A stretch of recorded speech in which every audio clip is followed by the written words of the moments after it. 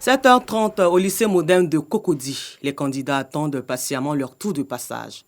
Ils disent être un peu stressés, mais confiants pour ces épreuves orales du baccalauréat 2021. Oui, je suis prêt, même si j'ai un peu de stress, mais je crois que ça va aller. Je préfère les tests parce qu'avec les tests, je me sens un peu à l'aise. Et puis je peux trouver les réponses dans le test et puis mieux m'exprimer. Je suis là pour l'oral d'anglais depuis 7h30. Je suis prête et que j'aurai la moyenne. Dans cette salle de composition, le professeur d'anglais se prononce sur le niveau des élèves. Ça va, tout se passe bien. Mais le niveau, moi je trouve que le niveau est moyen. C'est la moyenne, hein, en fait, au moins 5 personnes déjà, bon, ils peuvent s'exprimer, mais voilà, c'est pas au-delà de la moyenne en fait. Pour Sita Soro, professeur d'espagnol, les enfants réagissent plutôt bien. C'est vrai qu'il y a certains qui sont un peu stressés, mais la plupart réagissent. Le stress va passer avec le temps, ils réagissent bien. On essaie de les déstresser et commencer comme c'est la première journée de l'oral. Même son de cloche du côté du lycée moderne Amagou Victor de Makuri, le candidat Adsin dit avoir bien répondu aux questions. J'ai composé en français. J'ai très bien passé. Les profs étaient vraiment accueillants. Demain, je viens passer l'oral d'allemand. Et peut-être après-demain, je viendrai faire l'anglais. Le chef de centre rassure quant au bon déroulement des épreuves. Dans l'ensemble, tout se déroule bien. Effectivement, les enfants sont arrivés très tôt ce matin. Nous, on attendait que les enseignants pour les mettre dans les différentes salles d'attente. Et c'est comme ça qu'on les appelait un à un en fonction des différentes vacations. Les épreuves du baccalauréat 2021 portent sur le français, l'anglais, l'espagnol et l'allemand. Elles se tiennent du mardi 29 juin au vendredi 2 juillet 2021 sur toute l'étendue du territoire ivoirien.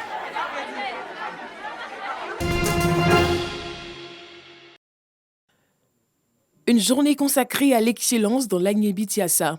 Cette cérémonie, couplée à la célébration des 15 années d'existence de ce premier établissement d'enseignement secondaire du département de Tahabo, a été mise à profit pour célébrer les 3 meilleurs élèves de chaque niveau, à savoir de la 6e à la terminale. Occasion aussi pour le directeur des études de féliciter les élèves méritants, de même tous les acteurs ayant contribué au bon fonctionnement de l'établissement. Le collège Sainte-Famille a pour coutume de faire un bilan en fin d'année scolaire, de primer les meilleurs de ses élèves afin d'encourager les autres qui n'ont pas pu briller cette année, de mieux faire l'année prochaine. Le parrain s'est félicité de l'excellence du travail des élèves, tout en mettant en exergue leur talent artistique. Secrétaire général de l'Institut supérieur des arts et de l'action culturelle, Dr Honoré Kouadio n'écarte pas l'idée d'un partenariat entre le collège et l'INSAC. Je me réjouis qu'une initiative telle que celle-là, de célébrer l'excellence, est au cœur de préoccupations de notre système et aussi ici à Tahabo. À tous les élèves qui ont eu d'excellents résultats dans cet établissement, qui sont célébrés ce jour, je dirais félicitations. Cet établissement est rempli de potentiel artistique. C'est pourquoi je vais demander dans les jours qui viennent à M. le DE de nous adresser un courrier au niveau de l'INSAC et nous ferons de notre mieux pour donner une bonne suite. Quelques bénéficiaires n'ont pas manqué de manifester leur joie après la reconnaissance de leur mérite. Je suis très contente et j'apprécie vraiment ce cadeau. Je suis simplement heureuse. J'ai simplement étudié sur les cours. Et Jeanne Kouadio Kwasi, préfet du département de Tahabo, a exhorté les élèves à faire preuve d'abnégation et d'ardeur au travail. Des sketchs, des prestations artistiques et des déclarations du slam ont meublé cette journée. Toute œuvre artistique et littéraire utilisée lors des événements dans la commune de Cocody accusera désormais un droit d'auteur. C'est tout le sens de cette signature de convention entre la mairie de Cocody et le Burida, Bureau ivoirien des droits d'auteur. Un partenariat qui permettra de collecter des recettes à travers l'identification et le recensement de tous les exploitants occasionnels et permanents de ces œuvres, mais aussi de lutter contre le piratage. Nous sommes contents aujourd'hui et nous sommes heureux de pouvoir accompagner nos artistes par le biais du Burida et nous leur souhaitons bonne chance avec cette convention que nous venons de signer qui m'a été autorisée par le conseil municipal de Cocody. Aujourd'hui, il est question que chaque commune puisse, en fonction de ses spécificités, avoir un contrat avec nous pour mettre en place tout l'opérationnel qui doit accompagner la mise en œuvre effective de ce contrat. Et donc la mairie de Cocody vient de nous surprendre agréablement en se signalant et en étant la première des communes à nous offrir donc la possibilité de venir percevoir au sein de la mairie. Et d'ailleurs, elle percevra pour notre compte auprès de tous ceux qui viendront postuler pour le mariage. Un soulagement pour les acteurs du monde culturel qui entendent bénéficier proprement des fruits de leurs œuvres. L'artiste doit vivre de son art.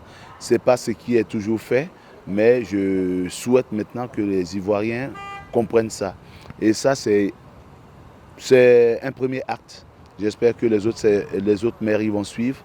Et puis, nous en entendons beaucoup de tous les maires de Côte d'Ivoire.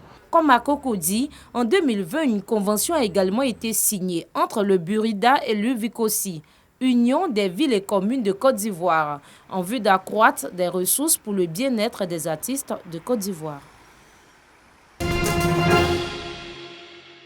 Ces femmes ambitionnent de devenir leaders dans leurs différents secteurs. Elles se sont donc donné rendez-vous au Café du Leadership. Un rendez-vous bimensuel d'échange, de partage d'expériences et de renforcement de capacités, initié par Lead4Air. Dans un monde compétitif, la formation se présente comme un outil indispensable pour le positionnement des leaders. Présidente de l'organisation et initiatrice de l'événement, Christelle Dibi a invité les femmes à se former en vue d'accroître leur développement personnel. Car selon elle, le cerveau se nourrit de l'apprentissage. Quand vous commencez à apprendre une nouvelle chose, une nouvelle neurone se crée. Voilà. Donc l'apprentissage ne devrait jamais quitter l'être humain en fait. Celui qui veut être en position de leadership et faire en sorte que son leadership soit efficient doit toujours apprendre. Si vous voulez que vos enfants apprennent, vous-même donnez-leur l'exemple de l'apprentissage. Commencez à lire un livre pour qu'eux aussi puissent prendre un livre. Donc si vous êtes à une position que vous n'apprenez plus, vous devenez obsolète. Conseil en stratégie managériale et politique, la maîtrise de l'art oratoire, autant de notions dispensées aux femmes, de quoi leur permettre d'être des modèles dans leur domaine respectif. J'ai été édifiée par l'exposé qui a eu lieu, qui est l'exposé donc sur le cerveau, mais le cerveau qui est distinct donc en deux parties et qui prend le pas forcément en fonction de nos passions, en fonction de notre ressenti et surtout en fonction de nos objectifs qui sont peut-être dirigés à un moment donné par nos pères ou nos mères, on va dire toutes les personnes qui nous entourent, mais au fil du temps, on est appelé par ce qu'on doit être parce que on a nos sensations qui prennent le pas et surtout le pourquoi nous sommes sur cette terre. Donc ça a été très agréable pour moi d'écouter tout ça. Je me suis sentie bien concernée. Au cours de cette rencontre d'échange, les femmes ont également été invitées à croire en leur potentialité, tout en saisissant les opportunités qui s'offrent à elles. Quel que soit le domaine d'activité où une femme exerce, cette femme doit tout faire pour être la meilleure version d'elle-même. Cette femme doit tout faire pour être un modèle d'intégrité. Cette femme doit tout faire pour être un modèle pour les plus jeunes générations. Créée en juillet 2019, Lead4Air est une organisation qui œuvre pour la promotion du leadership féminin. Cette organisation, qui revendique 150 membres, bénéficie du soutien du Centre culturel américain.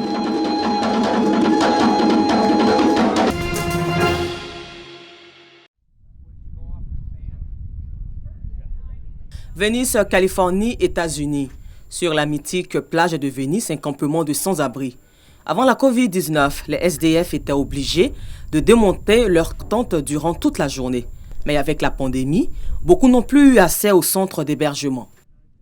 Quand le Covid a commencé, ils nous ont presque autorisés à être ici et n'ont pas vraiment insisté. Et vous savez, au fil du temps, c'est devenu un problème. Et puis maintenant, ils ont commencé à mettre toutes ces règles, nous disant que nous ne pouvons pas être ici ou là. Avant la pandémie, près de 2000 SDF avaient été recensés dans les rues de la petite ville californienne. La seule exigence que nous avons avec Share, c'est qu'il ait un revenu et qu'il soit prêt à payer le loyer. S'il y a un manque de revenus, nous travaillons avec d'autres organisations qui peuvent compenser. C'est une rareté de trouver un endroit abordable qui est axé sur Je suppose de bonnes choses, vous savez, comme la guérison et ce genre de choses.